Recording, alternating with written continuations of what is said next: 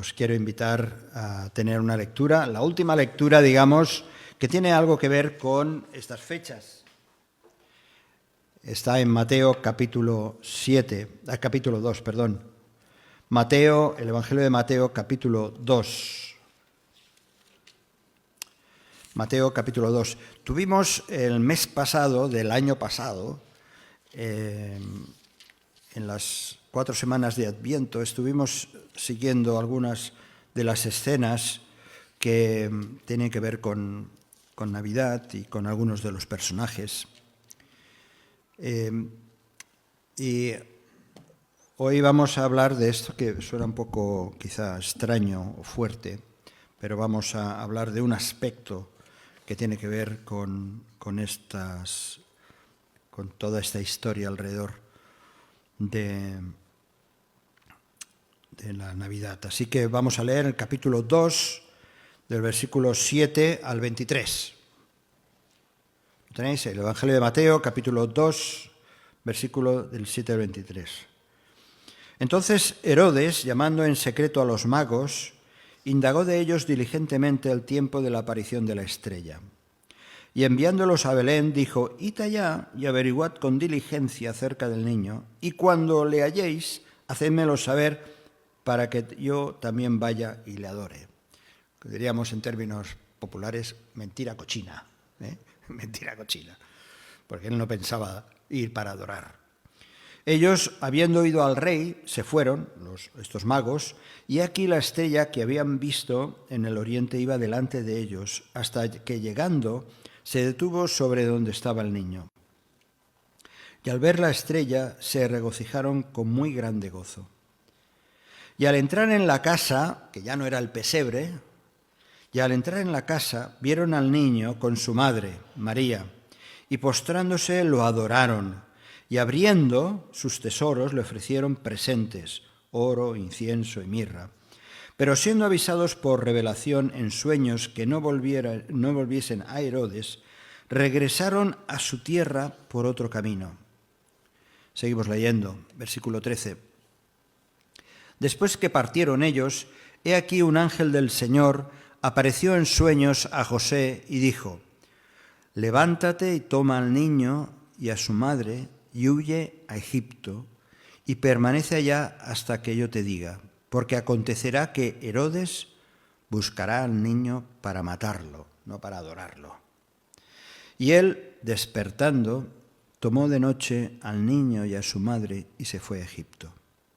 Y estuvo allá hasta la muerte de Herodes, para que se cumpliese lo que dijo el Señor por medio del profeta cuando dijo: De Egipto llamé a mi hijo.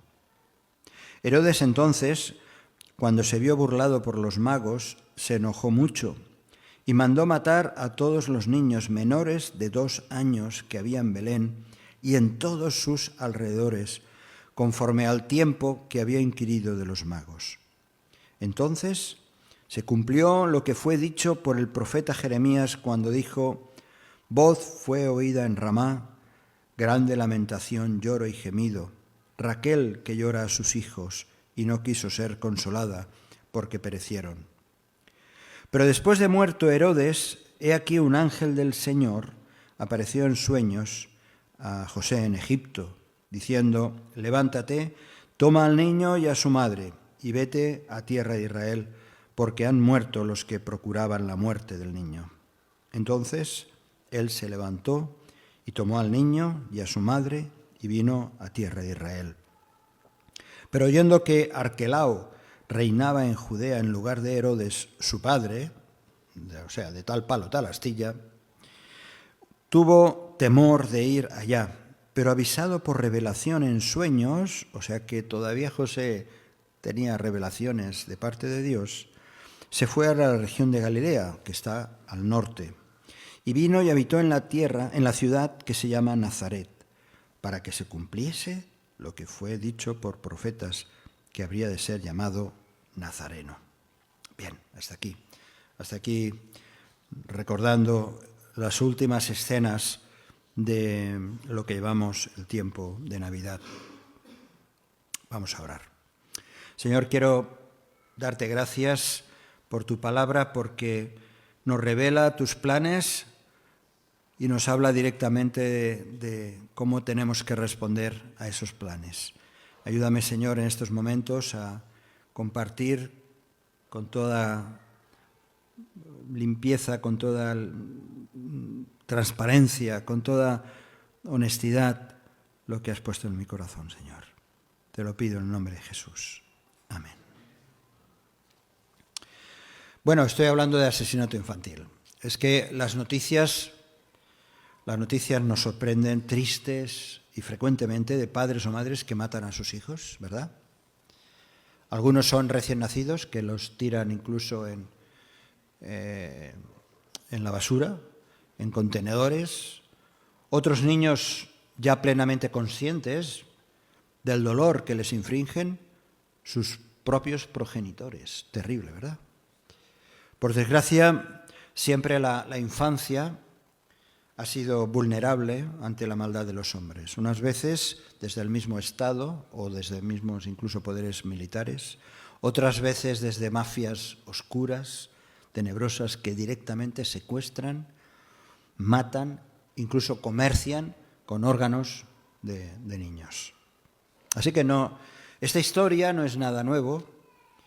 En todas las culturas, en todos los países, de todas las edades, los continentes, los niños han sido sacrificados muchas veces por intereses y muchas veces también por intereses religiosos, ofrendados a dioses, a cultos paganos. En el Antiguo Testamento vemos como el propio pueblo de Israel, en un momento determinado, se mezcló con naciones paganas y practicaron auténticas atrocidades que Dios rechazó de manera clara y frontal. A ver, si me puedes poner ¿sí? Ya, gracias. El Salmo 106, versículos del 32 al 39, relata esa práctica que llegaron a tener en un momento determinado el pueblo de Israel. Dice que se mezclaron con las naciones, aprendieron sus obras y sirvieron sus ídolos, los cuales fueron causa de su ruina. Y dice, nos sorprende, ¿verdad? La Biblia, lo bueno que tiene la Biblia es que habla clarito, no endulza nada, no intenta decir, no, todo es fantástico, no. Dice, sacrificaron sus hijos y sus hijas a los demonios y derramaron la sangre inocente, la sangre de sus hijos y de sus hijas, por mezclarse el pueblo de Israel en aquel momento con dioses paganos, culturas paganas. Por lo tanto, ni estamos acostumbrados ni podemos quedar impasibles ante tal horror, ¿verdad? A veces las historias que vemos en los telediarios y todo eso, ya casi nos acostumbramos, ¿no? Así que la historia esta de Belén y la matanza del rey Herodes, primero, el Grande, forma parte precisamente de este mundo despiadado que ataca al más débil e indefenso.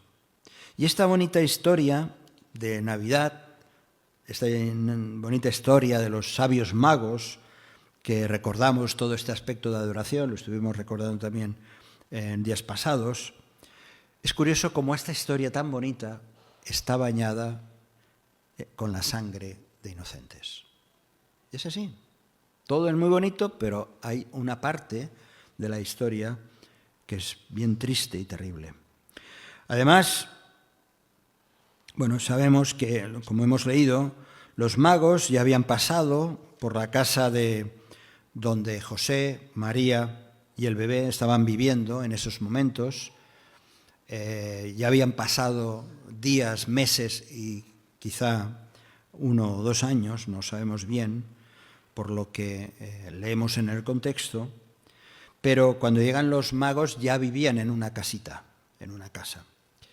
Allí parece ser en Belén.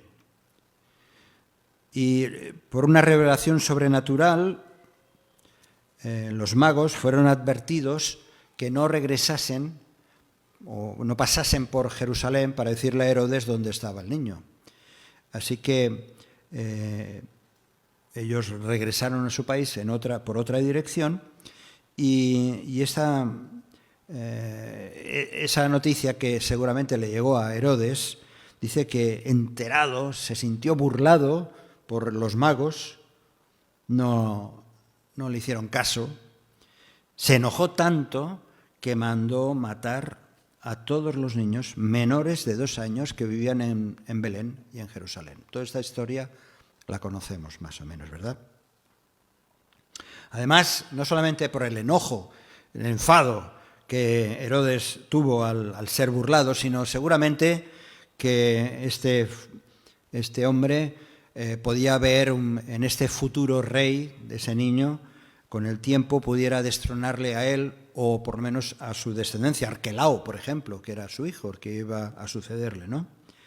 Y eso iba a crear una competencia.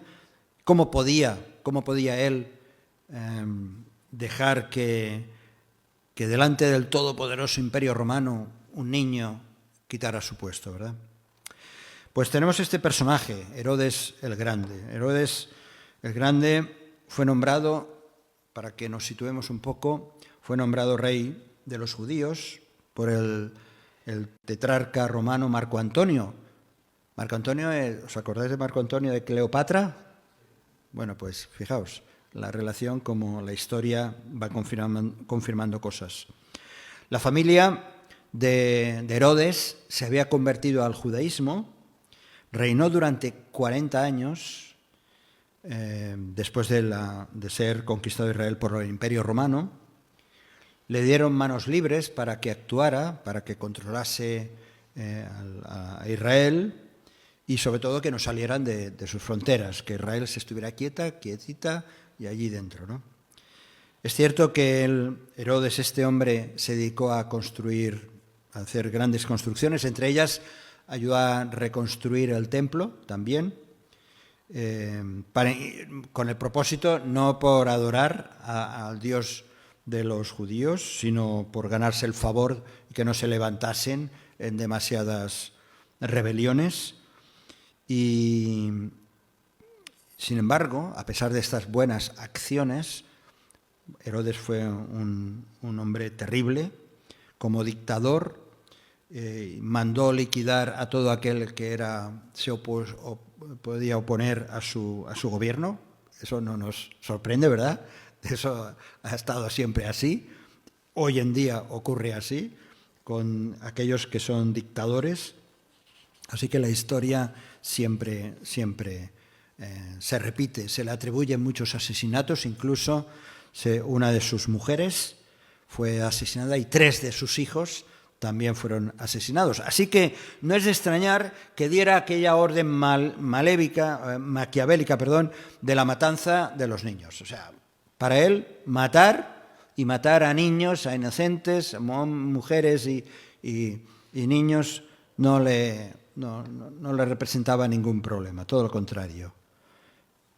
Y el mensaje, desde luego, que le habían dado, que los magos de Oriente le habían dado a él del nacimiento de un futuro rey, del Mesías, pues iba en contra totalmente de su estatus de gobernante.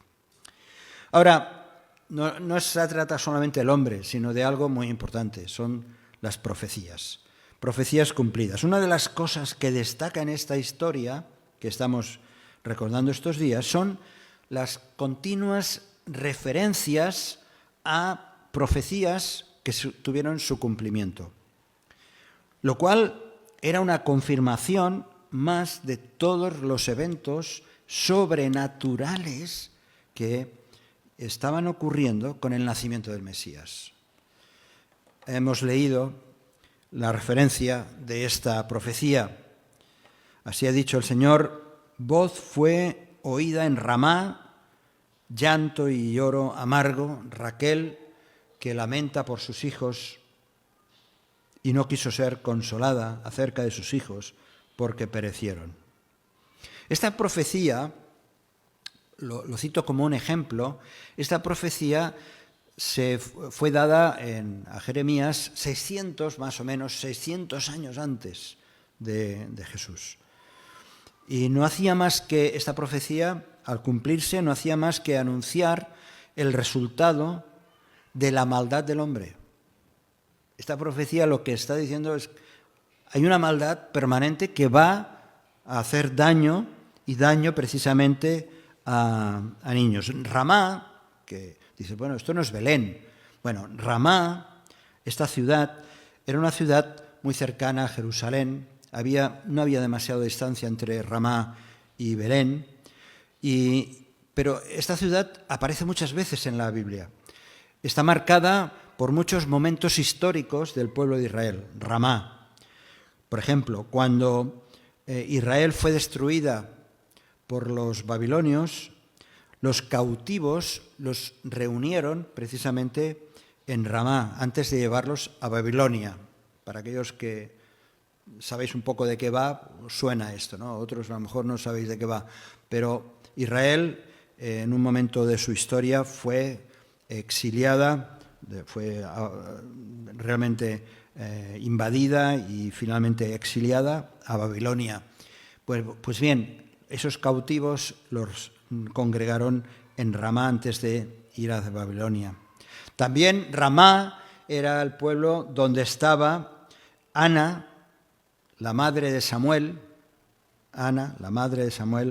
juntamente con Elcana, con su esposo. Y fue en Ramá donde después, años después, Samuel estuvo gobernando al pueblo de Israel como juez. Así que Ramá representa todo un símbolo en la historia de Israel y la importancia espiritual que eso conllevaba. Pero no todo eran malas noticias en las profecías, por supuesto. Solamente menciono esta. También en el libro de Jeremías aparece buenas noticias. Dice, he aquí vienen días, dice el Señor, en que levantaré a David renuevo justo, un nuevo nacimiento. Reinará como rey, como hemos estado cantando y recordando esta mañana, el cual será dichoso y hará juicio y justicia en la tierra. Y así será.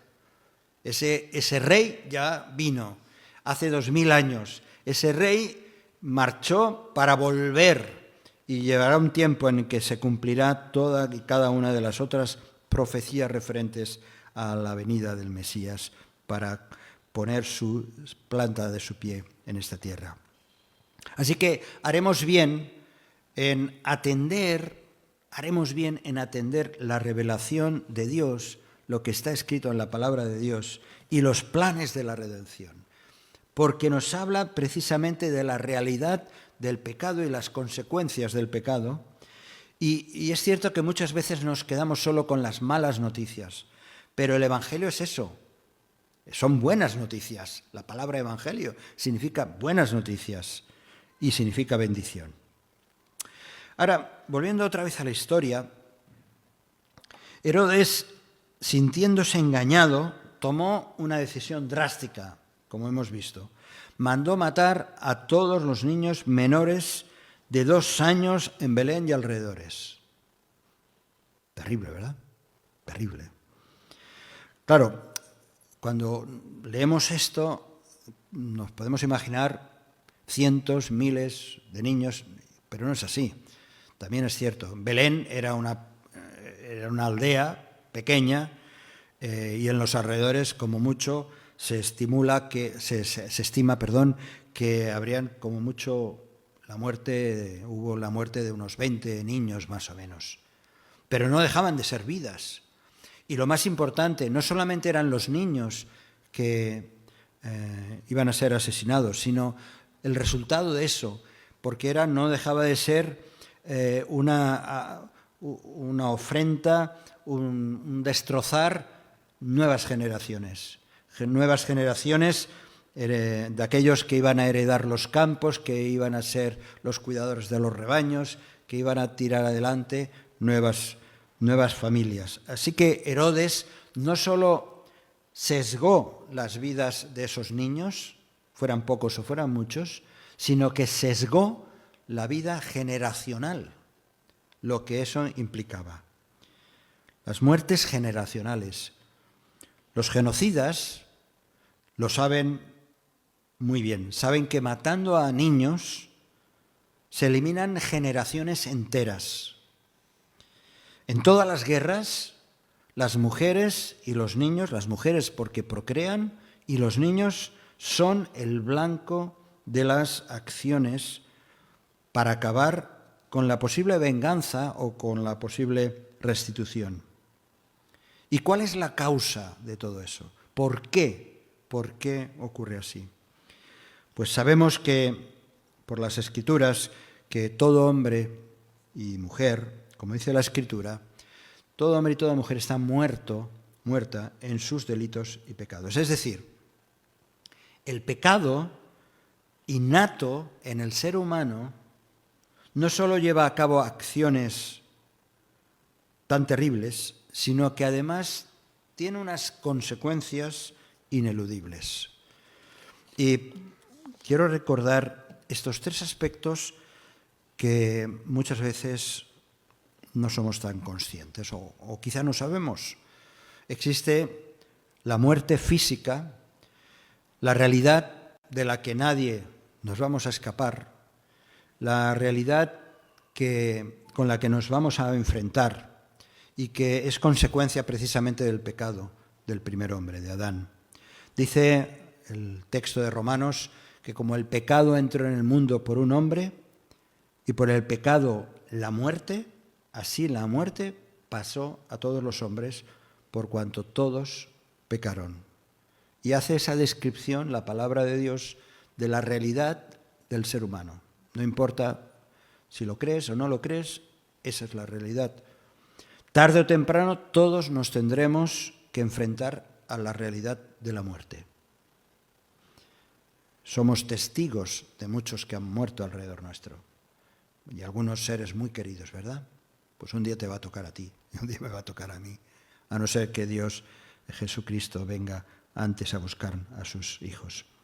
Pero es la realidad, es el fin de nuestros días aquí, la muerte física.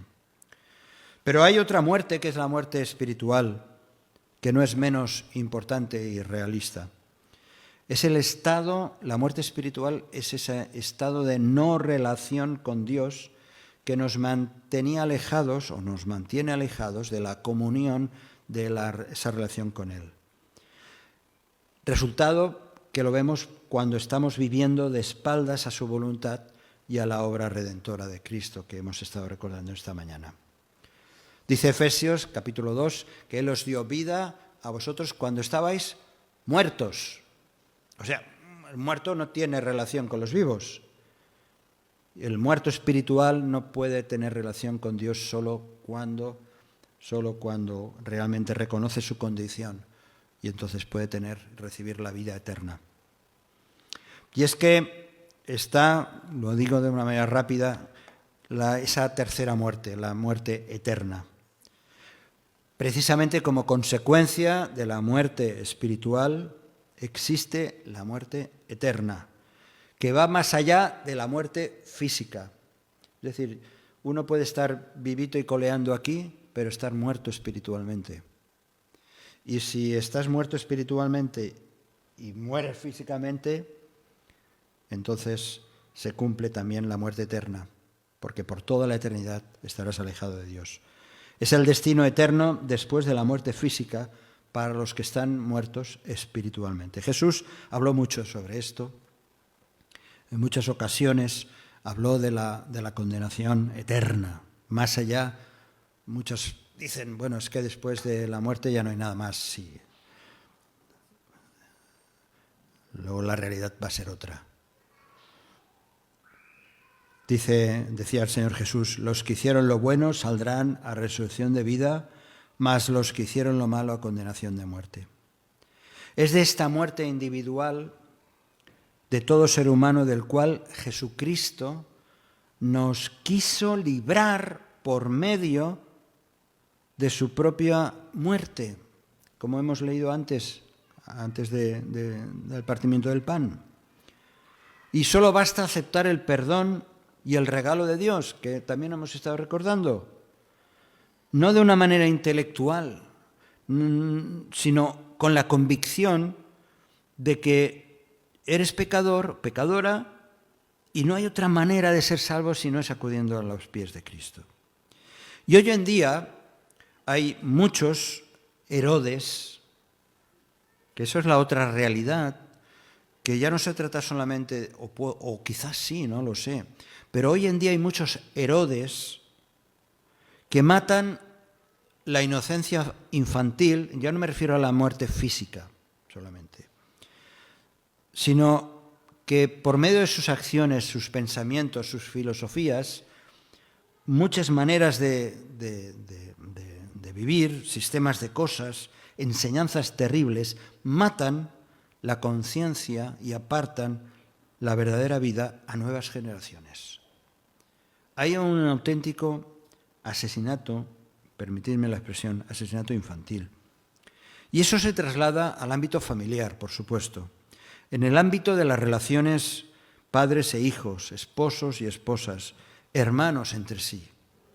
Hay conflictos en la familia que producen muerte, es decir, que en esas relaciones rotas, en esas relaciones que parecen insalvables, no puede haber bendición, no puede haber vida. Por eso no nos tenemos que conformar con las noticias de familias que andan mal, que están en crisis. Y cuando me refiero a crisis me refiero no a las económicas ni otras situaciones. Hay muerte espiritual en las familias y necesitan ser rescatadas de esta muerte eterna que estoy diciendo. El pueblo de Dios, su iglesia, nosotros, no podemos quedarnos pasivos ante tanta crueldad. Fijaos, estoy hablando no solamente de la crueldad física, ¿no? de esos asesinatos físicos, sino de que muchas veces las relaciones en el seno de la familia están muertas y no hay vida y necesitan retomar de nuevo, por la gracia de Dios, un cambio que sea auténticamente radical.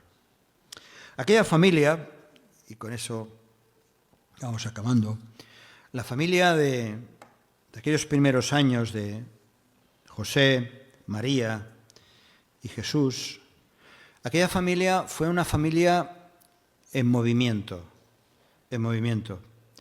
Estuvieron en Belén, donde nació, luego más tarde fueron a Egipto, huyendo de posibles amenazas, y después en Nazaret, donde finalmente residieron por muchos años. Pero lo que estaba ocurriendo es que Dios estaba preservando a Jesús y su familia del enemigo. Es decir, estaba preservando a Jesús y su familia de la maldad de otros. Y es evidente que Dios tenía un plan para ese niño, para ese bebé. Aquel niño iba a ser el redentor de la humanidad. Era el Verbo encarnado y por lo tanto ningún Herodes ni ningún otro iba a atentar contra aquella vida hasta que fuera llegado el tiempo. Y el tiempo llegó 33 años después. El tiempo llegó 33 años después para dar a Jesucristo su vida en rescate por muchos. Y esto me lleva a 3 reflexiones que quiero dejar con vosotros. En primer lugar, Dios tiene propósito para nuestras familias. Recordemos la historia del carcelero de Filipos. Aquel hombre ya veterano no se podía imaginar, aquel carcelero, soldado retirado de muchas batallas y a cargo de presos comunes, no se podía imaginar ver el poder de Dios actuando en su familia. Cuando escucharon a Pablo y a Silas hablarles de Jesús, él y su familia creyeron y como consecuencia fueron salvos. No importa el estado pasado de tu familia, ni de las familias que te han precedido o que de las familias que nos rodean. No importa. Dios tiene buenas noticias para ella. Dios tiene buenas noticias para nuestras familias. Dios sigue actuando, ninguna duda. Dios tiene planes de sanidad espiritual, de sanidad y transformación, restauración de familias que le adoren y reconozcan en Jesús como su Señor. Miremos a las familias con los ojos de Jesús, ojos llenos de misericordia, ojos llenos de compasión, como Jesús miraba a la viuda aquella cuando vio al hijo muerto, o cuando los ojos de Jesús mirando, contemplando a Marta y María, llorando por la muerte de su hermano Lázaro, o aquel ciego Bartimeo, llenos de compasión los ojos de Jesús, los mismos ojos que nosotros hemos de tener por las familias. Recordemos el mandato de Jesús: dejad a los niños venir a mí. Dejad a los niños venir a mí. Y Jesucristo no ha regresado todavía porque sigue teniendo planes y propósitos para muchas familias y por supuesto para los niños, nuestros hijos, nuestros nietos. Dios tiene planes y propósitos. No olvidemos que Dios es nuestro protector. Lo fue durante aquellos primeros años de esta familia incipiente, de José, María y Jesús, y de los niños que nacerían después. Dios les protegió frente a la maldad de Herodes. Y Dios sigue siendo nuestro pronto auxilio en las tribulaciones. A veces hay cosas que no entendemos. Estaba viendo esta semana, leyendo cómo en Colombia una familia pastoral, los pastores con sus hijos han sido muertos, han sido asesinados de una manera increíble, ¿no? Y uno se sorprende siempre. Y aún así nosotros podemos decir que Dios protege nuestra familia, porque la maldad está presente de todos lados. Incluso, como hemos visto ahora estas fechas, estas matanzas terribles que han habido por atropellamientos, acuchilladas y cosas así. Dios es nuestro pronto auxilio en las tribulaciones. Él está atento, su oído está atento a nuestras súplicas, pendientes de nuestras plegarias, de nuestras vidas. Aunque no lo veamos, sus ángeles acampan alrededor de sus hijos. Y finalmente, hay algo muy importante. Dios pide que seamos prudentes. José, tuvo conocimiento por revelación de que Arquelao, el hijo de Herodes, había de suceder a su padre y José tuvo temor de volver otra vez a la región de Jerusalén y marchó, Jerusalén era la capital del reino, marchó hacia arriba, hacia Galilea, donde allí se instalaron en la ciudad de Nazaret. Y allí Jesús creció, dice el Evangelio de Lucas, que allí ese niño crecía, se fortalecía, se llenaba de sabiduría y de la gracia de Dios, porque estaba sobre él. Pero José fue prudente. El temor a cualquier represalia, después de ver lo que pocos años atrás había hecho Herodes con aquellos niños, le llevó a José a la prudencia. Y algunos somos demasiado locos, es cierto. Algunos somos demasiado alanzados, poco prudentes en muchas de nuestras decisiones. Y luego sufrimos las consecuencias, porque no hemos sido prudentes. La palabra de Dios nos anima mucho sobre esto. Dice en Proverbio: fíate del Señor de todo tu corazón y no te apoyes de tu propia prudencia. Reconócelo en todos tus caminos, tenlo presente en todos tus caminos, y Él enderezará tus veredas. No seas sabio en tu propia opinión, teme al Señor y apártate del mal. Porque si no te apartas del mal, vas a sufrir consecuencias. Sí, sé prudente. Pero que esa prudencia no esté basada en los temores, en los miedos, no, sino en la sabiduría que viene de parte de Dios. Busquémosla en la palabra de Dios. Estemos atentos a sus mensajes. Estemos atentos a cómo el Espíritu Santo nos guía y nos dirige para hacer su voluntad. Así que la maldad es una realidad que no podemos obviar. Estuvo en tiempos de Jesús y antes, por supuesto. Herodes estuvo ahí amenazante, y en ocasiones esa maldad se ceba en los más débiles del hogar, los más pequeños del hogar. Pero no es una excusa para no confiar, en el poder de Dios. Hemos de confiar en el poder de Dios y también en nuestra responsabilidad de vivir según sus promesas. Dice un refrán, y pido a John Mark que vaya subiendo, dice un refrán: de estos modos, esos lodos. Así que vivamos conforme a la voluntad de Dios, porque si vivimos conforme a la voluntad de este mundo o conforme a nuestras propias ideas, estaremos no solamente fracasando, sino que no estaremos haciendo la voluntad de Dios y no estaremos viviendo la vida abundante que Dios quiere que vivamos. Así que el Señor nos ayude, que no haya más asesinatos de estos que matan nuestras relaciones, sino todo lo contrario. Busquemos en Dios la vida abundante. Amén. Si este mensaje te ha bendecido o te ha ayudado en algo, puedes suscribirte a nuestro canal de YouTube. También conocerás nuestra comunidad, la Asamblea Bíblica del Camp de Tarragona, en Cambrils, España, a la que estás cordialmente invitada o invitado. También puedes seguirnos por las redes sociales. Los enlaces los encontrarás aquí abajo y podrás visitar nuestra página, así como conocer nuestros programas radiales y podcasts de Yum Radio. ¿Qué? ¿Te suscribes ya a nuestro canal?